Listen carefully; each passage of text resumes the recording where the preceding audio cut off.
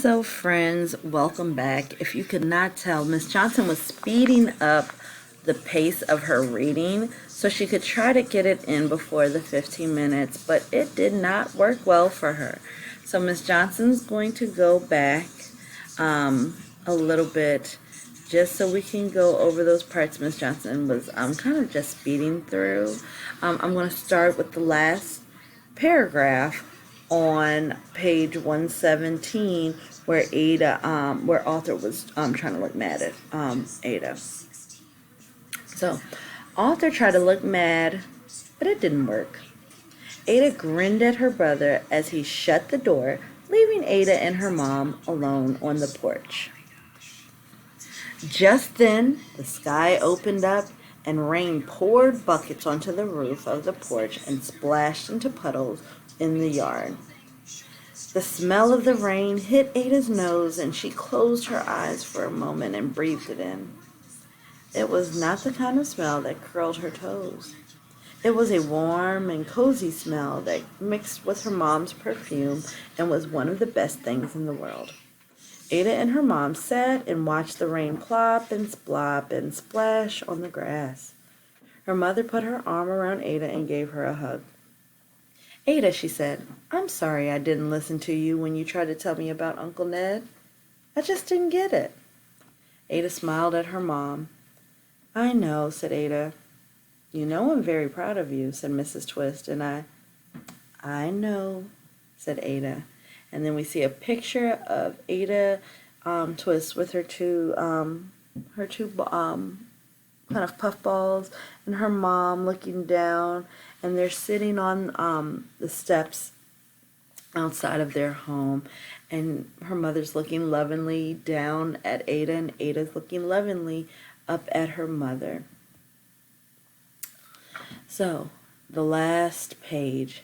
How do you know what I'm going to tell you? Asked Mrs. Twist. Because you already did, said Ada.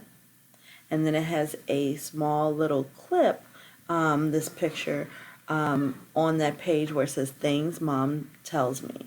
So 1, the bathroom is not a science lab. 2, the pantry is not an ant farm. 3, don't put my toothbrush in the earthworm box. 4, don't take Arthur's things. 5, I love you. Ada smiled. See, she said, I always write down the important things so I'll remember. But I have a question. Just one? Asked Mrs. Twist. Well, said Ada, do big raindrops taste different than little ones? She asked. And why is rain gray in the air but clear on my hand? Why do earthworms crawl on the sidewalk in the rain? What if... The end. And then Miss Johnson will read probably tomorrow about the birds and citizen. Oh, look how they're using our words. I love when we can tie things together. Citizen science, as well as an ode to gas and thanks for the birds, and our parting idea, which is called Think About This. And I'll read that for you in a separate video. But thank you, friends, for tuning in to Ada Twist and the Perilous Pants. Next we will be reading Sophia Valdez and the Missing Vote, I believe the name of it is, before we head into our national election, as well as our book of the month for November. Even though it's our November book, it's really based off of some things that are happening in this month of October. So I may try to drop a few hints from now until the end of the month so you can try to guess what the book will be.